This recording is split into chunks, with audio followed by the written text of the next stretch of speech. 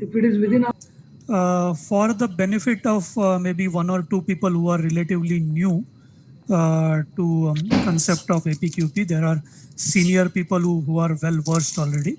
A brief background of APQP is APQP stands for Advanced Product Quality Planning, and it's a framework which was introduced by AIAG. AIAG stands for Automotive Industry Action Group, which was formed in USA decades ago by some leading automotive firms in USA. And over a period, it has diversified. It is no longer uh, restricted only to automotive industry, but predominantly in automotive industry. And we have three speakers today. Let me introduce them. Mr. Vinay Kelkar. He has over 40 years, and all of them have experience in automotive industry.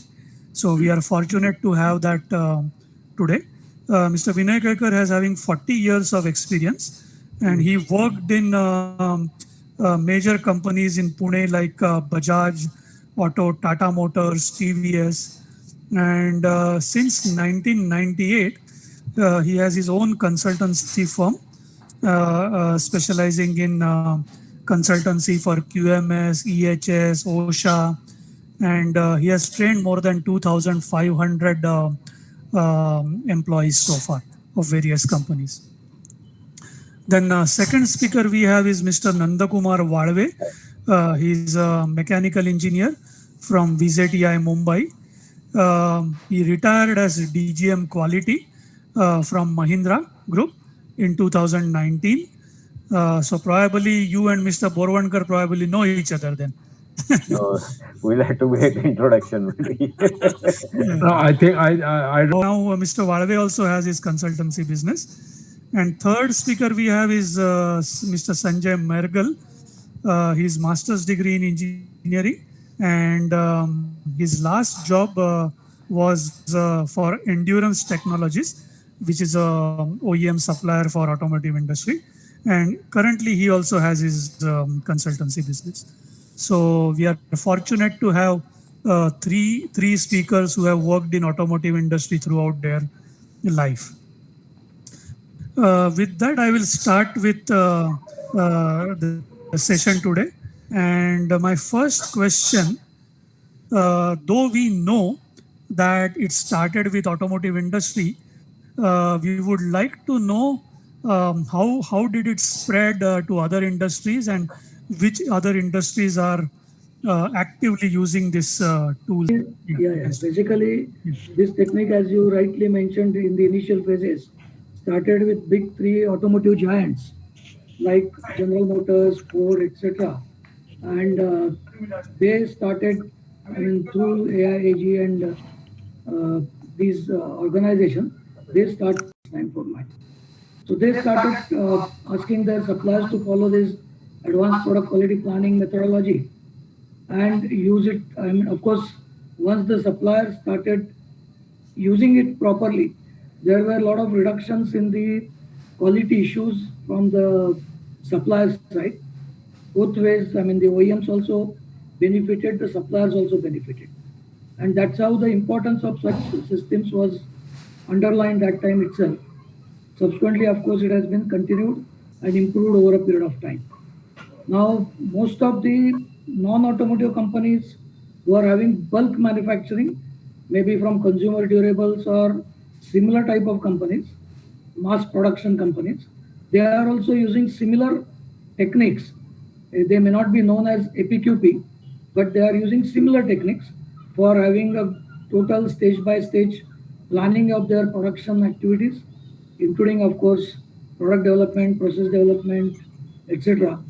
So these techniques are useful across a variety of industries, other than automotive also, and they are being followed maybe with different names. Yeah. Yeah. Rightly, Mr.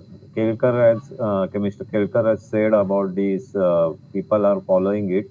The basically one more thing I would like to add that this system basically they have designed for the suppliers, because all Chrysler, General Motor, all were and Ford having their own vehicle assembly plant, and all suppliers are supplying to these three plants with different format, different systems. So they want to do the standardization part of it. So that is also one of the require need for those people, so that at least 80-90% will be the same, and maybe 20% maybe the specific requirement can be added. So that also one of the purpose of it. EMA and yes, definitely, Mr. Vasudevan, just to start this subject. And thanks to our colleague, Mr. Vinay sir and Nandu Kumar ji. Here, adding related to the APQP, like A stands for, as Vasudevan sir said, A stands for the advanced. Advanced means basically early. It's basically with the concept and the collaboration. And last P is normally talks about the planning. Planning is basically create a robust plan. So A starts with the advance and P starts with the planning. So I think these are the magics of the APKP. So definitely we can discuss more about this. Thank you. Yeah. Please go ahead, Okay. sir. Thank you. Yeah. So I see from your background that you have worked in mostly Indian companies like Bajaj Auto and Tata Motors, TVS, etc. But maybe you have interacted with some foreign suppliers, either car manufacturers or maybe you have traveled to their plants and seen implementation of this system there. So what difference do you see between implementation in, let's say, there are three broad we can groups, say US companies, European companies, and Japanese and Korean companies on the Asian side, and how do you compare them with Indian companies? What's your So basically, this though the different countries are, the one is European, American, they have got their, as Karji has said, that they have got their own names and own nomenclature. But the concept of APQP or new product, basically it has been used for new product development system. So the conceptually, it is all systems are same, apart from their nomenclature. Even if you see in the Alvin Nissan, they have got their ANPQC or like that. Their name nomenclature is there. And European maybe VDA standard they are following, but they have got their own milestones are defined in that system. So milestone having different nomenclature. Even Ford and Mahindra, basically Mahindra has got Ford-based system of different milestones. So all are having the nomenclature is different, but the conceptually the steps followed or little bit here and there micro steps are different, but basically overall the system is same. That's what. Yes. Yeah, I can add here, sir. Related to the global OEMs, basically they plan before the acting, sir. And early identification of the customer complaint is being taken very well, so that they are identifying the risk, and based on that risk, how it can be anticipated, prevented, and mitigated. I think these are the two areas. okay? So just to the question which Mr. Borwankar asked. So do we find that this suppliers which supply to foreign companies India, they respond better to this tool because these companies are non-compromising and they are forced to do it vis-a-vis against suppliers who supply to maybe Indian companies. Do you find that difference whenever you, because you must be working with suppliers which cater to all the companies. So probably that can address Mr. Borwankar's dilemma. How to convince suppliers to do it willingly. Just explain. Earlier question also, it was the same thing, same issue. What type of implementation we see maybe in multinational companies versus Indian companies, especially companies which are owned and run by the either Indian or multinational organizations. So there is a difference, definitely a difference. Multinational organizations are having a good system in place in their own organizations because of the threat of vehicle recall and related penalties. So multinational organizations are much better in not only implementing and responding to such systems compared to our Indian manufacturers. But what we have seen is that those Indian manufacturers who are now supplying globally to various multinational companies are now really seriously taking it. And it all depends on the management's approach for that supplier, from that supplier's management, how they would respond to such kind of systems. So if management is willing, definitely the systems are getting implemented and they are getting benefited, because many of Indian suppliers are now becoming global in nature and supplying to multiple plants of the OEMs across globe. In fact, we have interacted with some of these suppliers who are now Sure. global in nature, like Minda, I can just name few. And those are all now definitely trying to meet. Mr. Kelkar has rightly said the global pressure is they are forcing all suppliers to follow this system. Basically, otherwise, like quality is driven by the top management. So similarly, if the top management is interested in this system, it is not for applicable for only APQP. There are like standards, ISO 9000 standard, IATF. Every standard we experience, if the top management is what is the approach of the top manager, whether they are really interested with the intent to achieve that, or it is just for sake of showing somebody or audit purpose or certification purpose.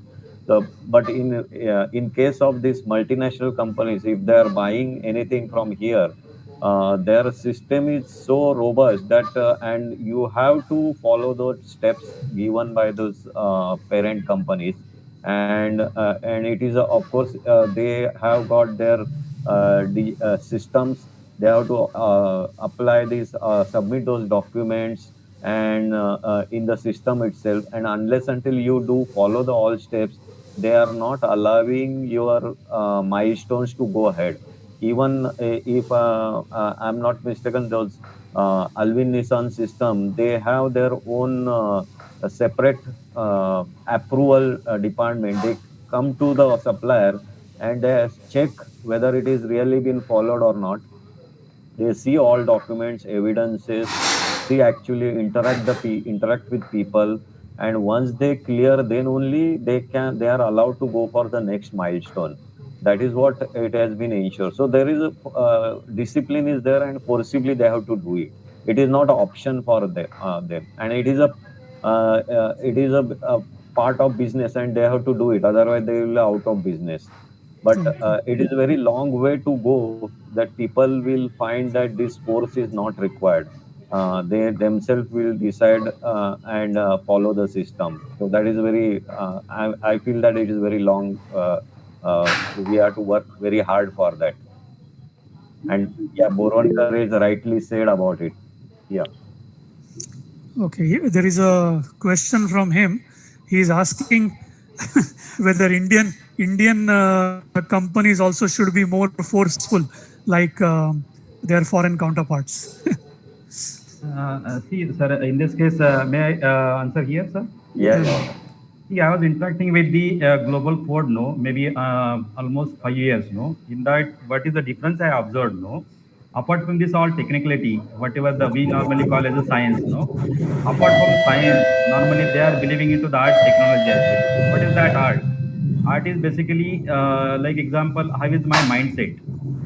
So based on mindset and commitment, normally they work on this APQP as well.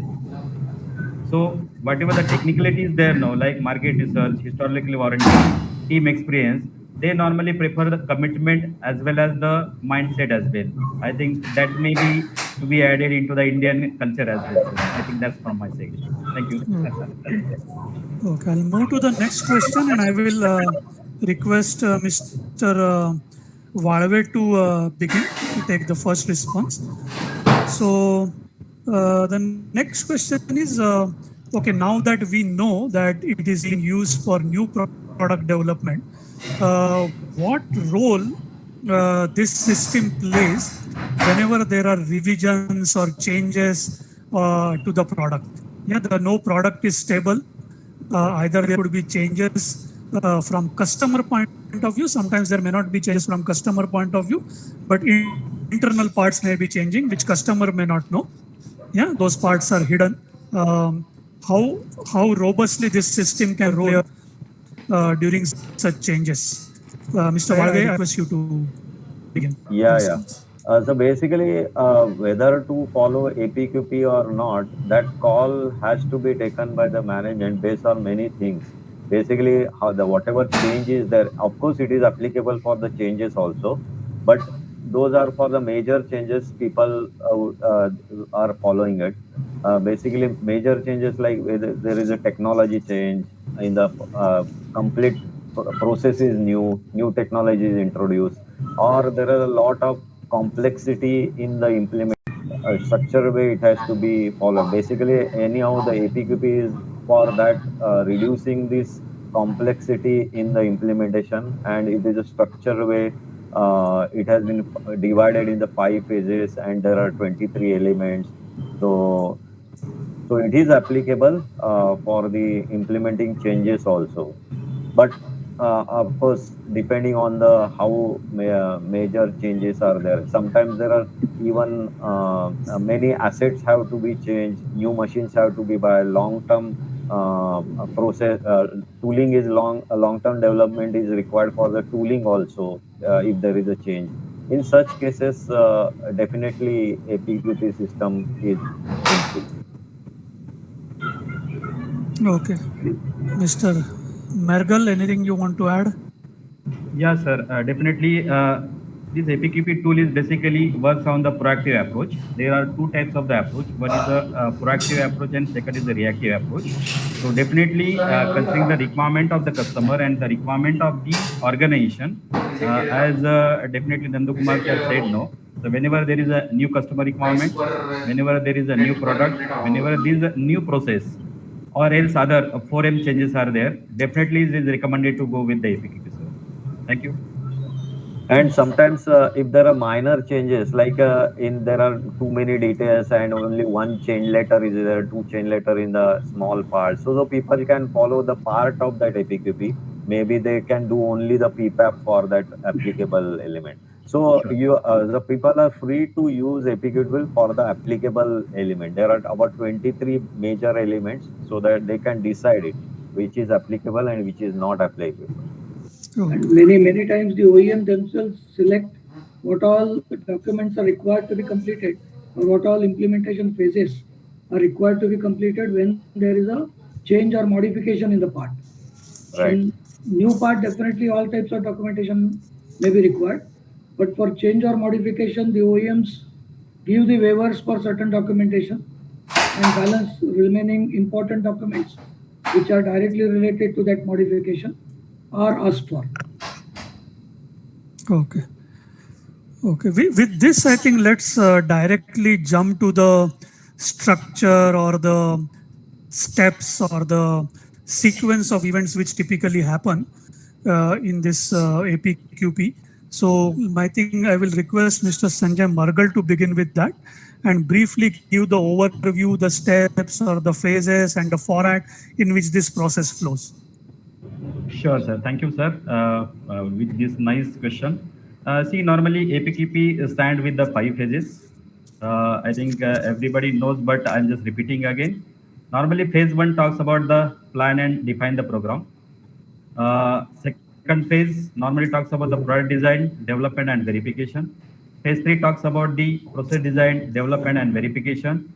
Phase 4 talks about the product and process validation. And finally, phase 5 talks about the feedback, assessment, and the correct actions.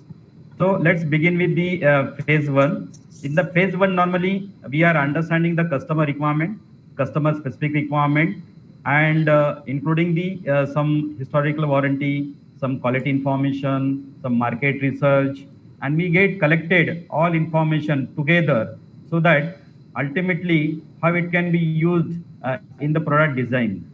And in the phase 2, definitely there is consideration of this product requirement, DFMEA, that's a design FMEA, like example, design for the manufacturing, design for the assembly. All these critical aspects are being taken care in the phase 2. Outcome of the phase 2 is basically, of course, it's a process design and development.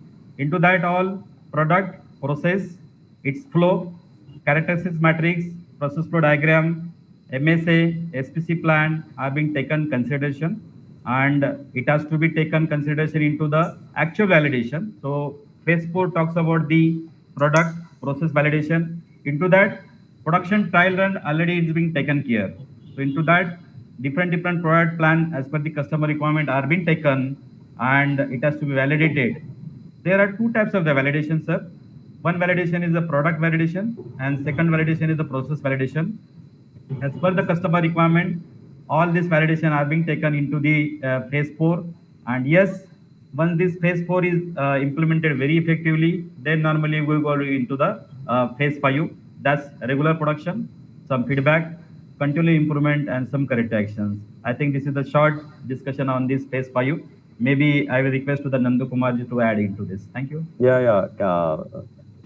Sanjay ji rightly elaborated the process of 5 phases and about the APQP.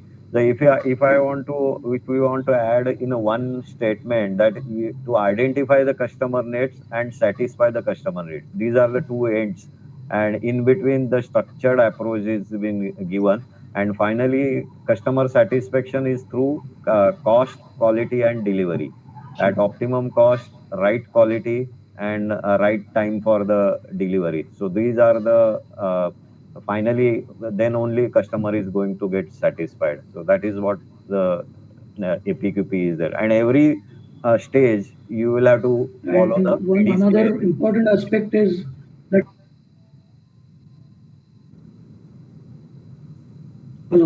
these 5 phases is that there has to be a cross-functional team. Mr. Borwankar was also mentioning about it. So there has to be a cross-functional team related to the product development, process development, etc. Because then only you will get the input or the various potential problems what these people are likely to encounter while either developing a product or maybe carrying out those modifications to the product or process. So unless that cross-functional team is allowed, it should not be left to one person to decide and carry out the activity, because that is where all the problems basically are taking place. If it is a cross-functional team of related persons from that individual department, then only there is chance of good success of this APQP implementation. If it is left to only one person to just fill up formats type of thing, then the situation would not be really positive or beneficial. Yeah. And for every element, it is a plan, do, check, act. It is continuously happening. That is ultimately the continuous improvement happens for every element. So from what you are telling me, I can gather that the involvement of quality starts as soon as the R&D people start working on it at a very early stage. It's not when the prototype is ready or the production is about to start, but it is as good as quality people working with R&D department right from day one. Is my understanding correct? Correct. Yes, sir. Rather, you can go little bit before that, collecting the customer voice, QFD, the quality function deployment. I was about to mention customers and suppliers also.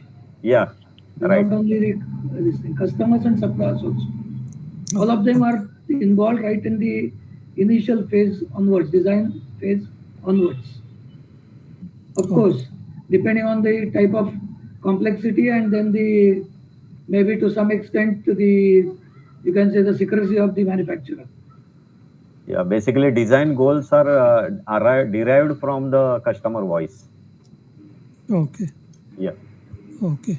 My next question, and maybe it can be taken by Mr. Valve to begin with, and others can add to that. How does APQP differentiates between suppliers who are responsible for the design and manufacturing, and where the design is given by the automobile manufacturer and supplier is responsible only for producing as per that specification? So how does the steps become different for these two categories? Yeah, actually, these steps are not different. As we are in earlier discussion, we had said that everybody has to find out the applicable steps they have to follow.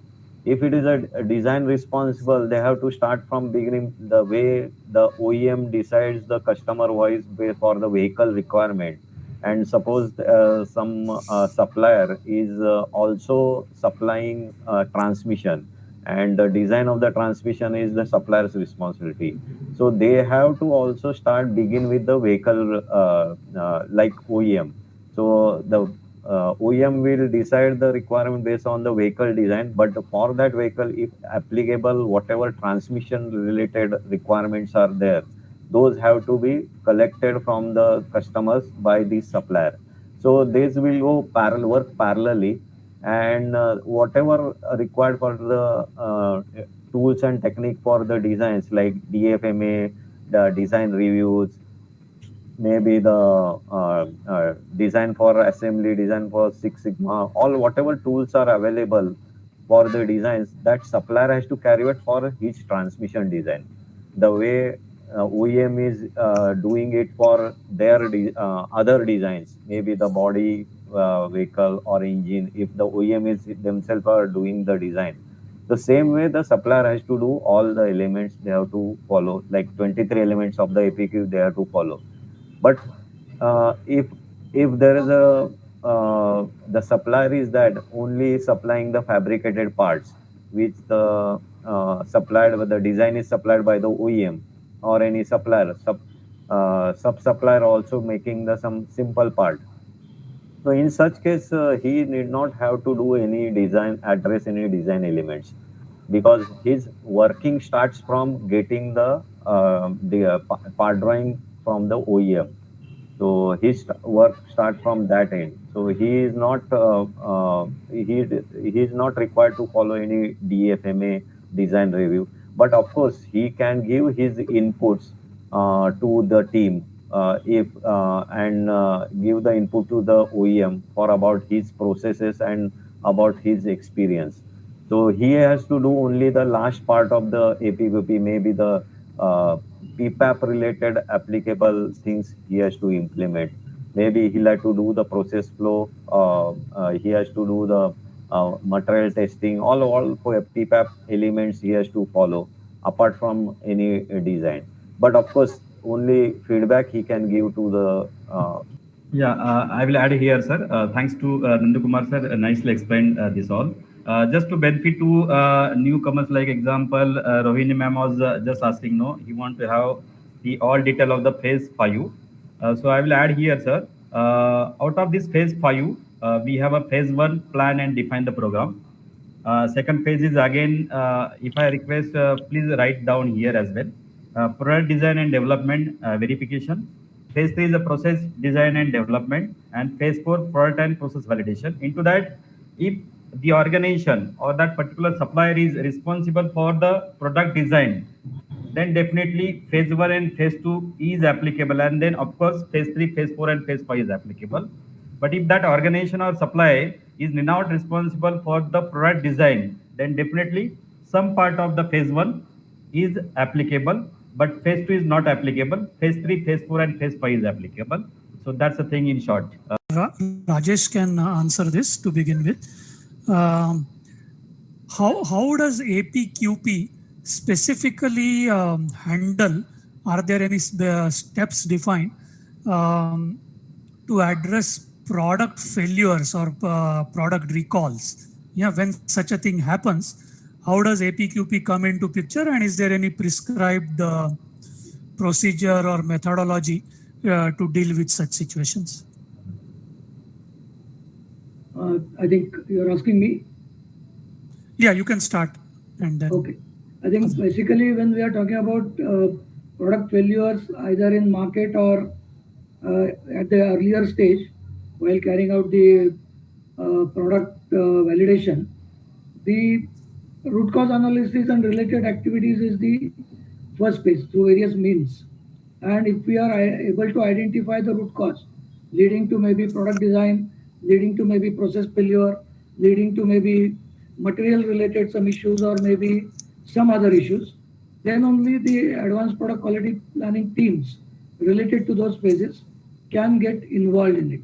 Because as soon as the production phase starts, usually these CFTs, cross-functional teams, are dissolved, and they are not, they are assembled only when the new product development starts.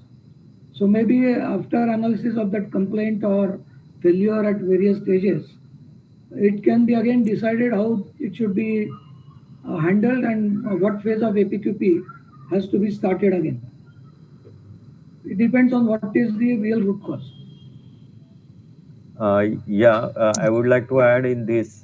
Basically, why these people are experiencing failures in the after launch. The only reason is those failures we could not anticipate upfront while using various tools of APQP. Like initially, we go for the design FMA, then go for process FMA, then we do the design reviews 3 to 4 times at various stages in new product development system. Then we go for a design verification plan. We test the prototype. We do the field evaluation. In initial whatever vehicles or initial product, we test it at known customers. All these are different tools and techniques being used to identify the failures upfront. So those are missed out from these. Maybe we get it in the after launch. So as early as possible, we should identify it and fix it. So if any actions are not planned properly or not implemented because of time pressure or delivery pressure, whatever it is, so then definitely we have these type of failures after the launch. Yeah, I have one example. We had a supplier with molded parts, and the molded part was supposed to mate with another part supplied by some other manufacturer supplier. And what had happened was that the in advanced APQP stage itself, they should have studied those dimension of that molded part, including the critical fitment dimension, which they failed to study at the process development stage. They designed a mold, got it made. It was rather imported. The mold was imported after making the design, and when when the production, not production, you can say sample run was taken, it was found that the critical dimension, which was related to the fitment with the mating part, was not appropriate, and there was total difficulty in the fitment itself with the mating part. So what had to be done was, of course, modification to that imported mold. And as you know, imported molds modification also is sometimes difficult. The Indian companies do not have that kind of maybe facility to modify. So there was to and fro between the mold was to be airlifted to the Taiwan supplier, then get it back and all that, caused the delay of more than 6 weeks. Ultimately, the problem was solved. But if this could have been identified at the process design stage, and what was happening was mainly maybe only 1 or 2% were involved in the initial process design stage, and they had not gone into details of those specific fitment dimensions. To begin with, when you external, let's say an auditor goes to companies and he wants to sort of judge or evaluate to what level APQP is being followed, and I'm sure all three of you go to such plants as an auditor. What do you look for? What are the telltale signs? What are the evidences which you check to see whether what is the level, what is the depth, how successfully it is implemented? Because we all know what happens in ISO. Yeah, Sanjay, you can start. I think his mic is mute, I think. Yeah, Sanjay, you're on mute. Okay. Yeah. Sorry. Yeah, first of all, I thanks to you as well, because this is a very nice question asked by you, sir. Yes, definitely. While going to audit the APQP, different challenges are there. But normally we start whenever we do the audit on the APQP. See, very important thing I said no in the beginning. Understanding the customer requirement is a very prime area here, and we normally categorize into the 3 area. One area is system requirement, second is the product requirement, and third is the process requirement. I think understanding on this parameter is very important. So we normally look into that area, how that CFT team could understand the customer requirement into the system, product, and process. I think this is the one of the very gray area. After that, whatever the requirement they have understood by the customer, how they have been percolated within the team, and yes, obviously down the level. I think this is the second area. And after that, definitely how they gone into the design FMEA, process FMEA, interaction with this FME with the control plan, what is the frequency of the control plan, whether this FME control plan and SOPs are being followed. I think there is a big gap in the industry. People are just mentioning the FME in the big languages, but normally they are not following. So I think this is the very gray area as far as the FME requirement is concerned, control plan requirement is concerned. And very important thing is that percolation of all this requirement many times doesn't go to the operator level. So on the shop floor, many things are there. So from my side, I think understanding the customer requirement, understanding this requirement with the CFT team, how it has been percolated through FMEA, control plan, and then probably SOP until the operator and inspector. I think these are the gray areas. I normally look into that area. Maybe additional can be with the Nanda Kumar sir. Please. Thank you.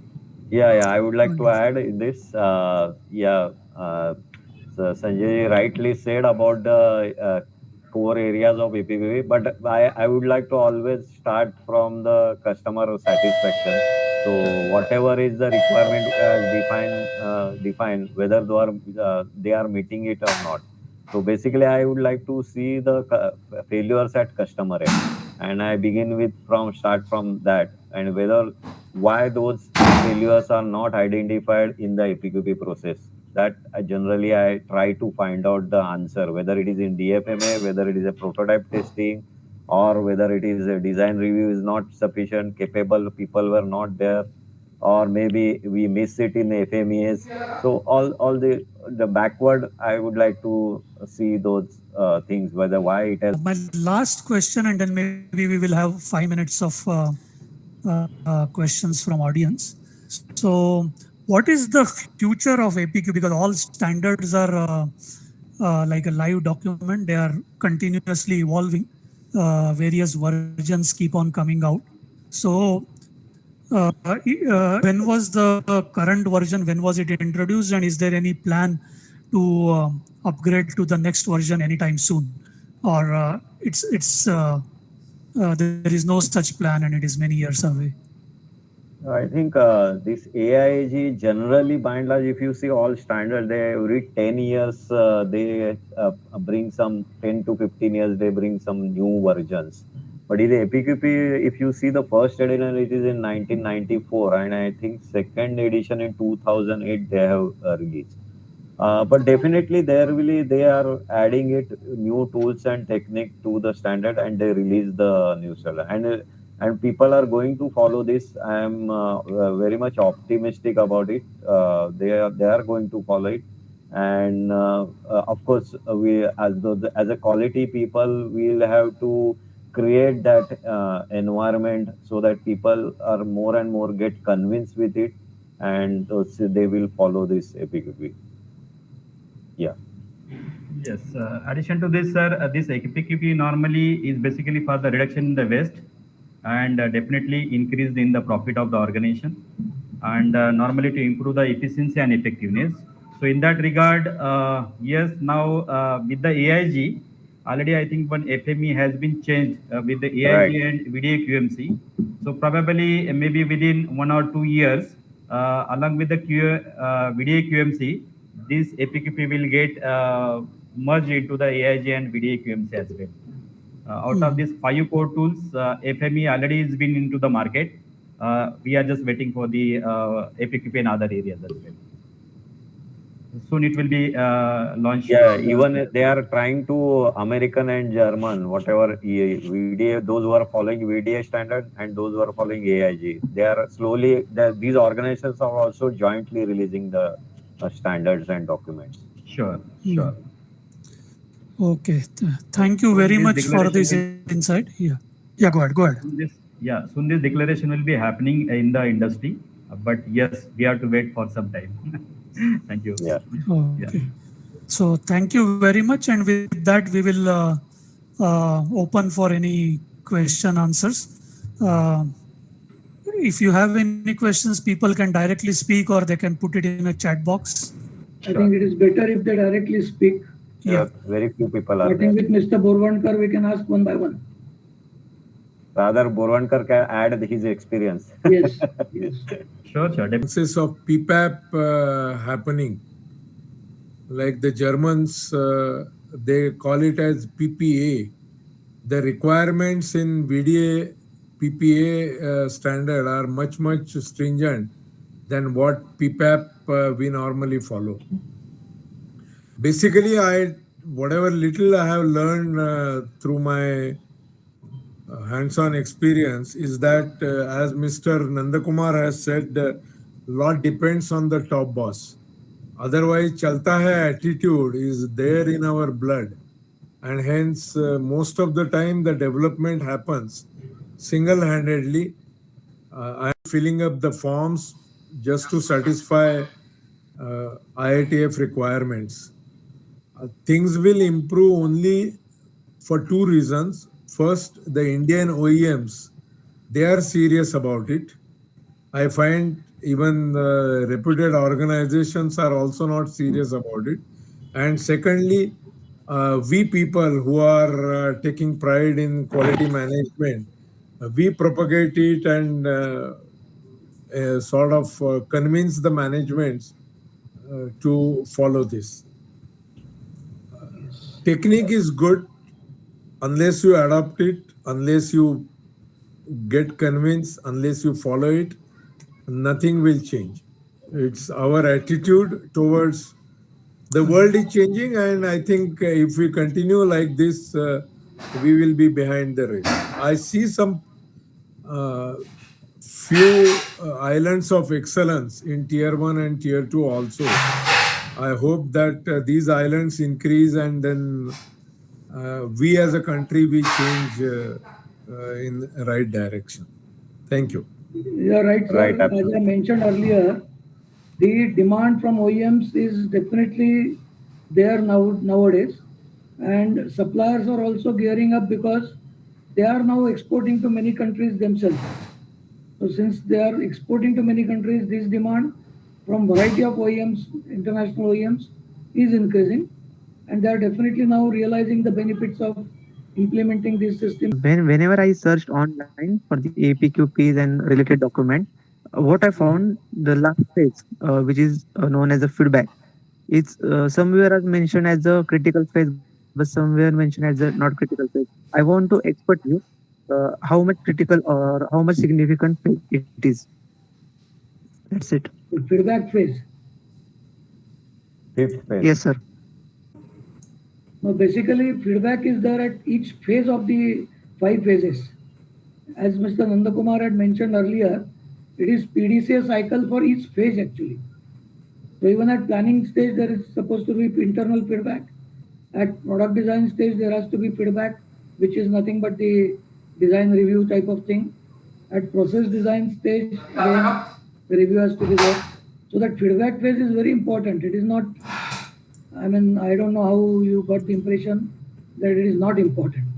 Because at every stage, feedback has to be there. Then only the situation can improve.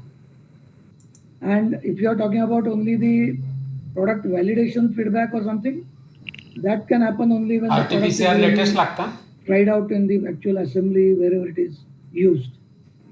Otherwise, feedback is there at each stage, and it is important phase. I think others will also And basically, their fifth phase, experiences. so getting the feedback from the customer, because finally you are working for the customer, satisfying that customer, but whether he is really satisfied or not, that's what the feedback you have to get. Otherwise, you have to they go back and correct it at various phases. Why he is not getting satisfied. So that's the important phase. Almost all are important phases. You can't compare it whether first and second or third. And I will add And there is a here. concept. Yeah, Yeah, Sanjay, go as I ahead. add here, apart from this customer requirement, there is always a two terminology in the feedback. One is the things gone right and things gone wrong. So whatever we have a plan now in the PD sales cycle, definitely that team has to assess with the what has gone wrong and what has happened rightly. So I think that's a just thought process so that in the next development phase, what can be improved. I think this thought process comes into this phase. So that will be added here, sir. And Yeah, I will that add one more point here. As I mentioned, each phase has a feedback because there is an internal customer relationship as well as then the final external customer relationship. Sure. So for design, the internal customers could be process people, process planning people, manufacturing people, etc., or even some purchase people. So those internal customers also have to give some feedback while product is being designed or the process is being designed. So that's what I'm saying, that internal customer feedback is equally important. Of course, the final customer's voice is also equally important there. When ultimately that end customer has to get satisfied. Yes, sir. So this has to be kept in mind, and feedback is very important in this entire process of APQP. Yeah, and Sanjay ji rightly said things gone right and things gone wrong. This list goes to the lessons learned. And finally, Yes, this lesson one is the corrective action, and secondly, while going for the new project, these lessons will have to be again gone through so that new mistakes will not happen, and all things gone right will be repetitive, and things gone wrong we will have to stop it. So that will be taken care of in new projects. and so Mr. Vasudev. Yeah. Yeah. So thank you very much to all the speakers. It was wonderful, and I'm sure audience is benefited by your experience and expertise in this subject.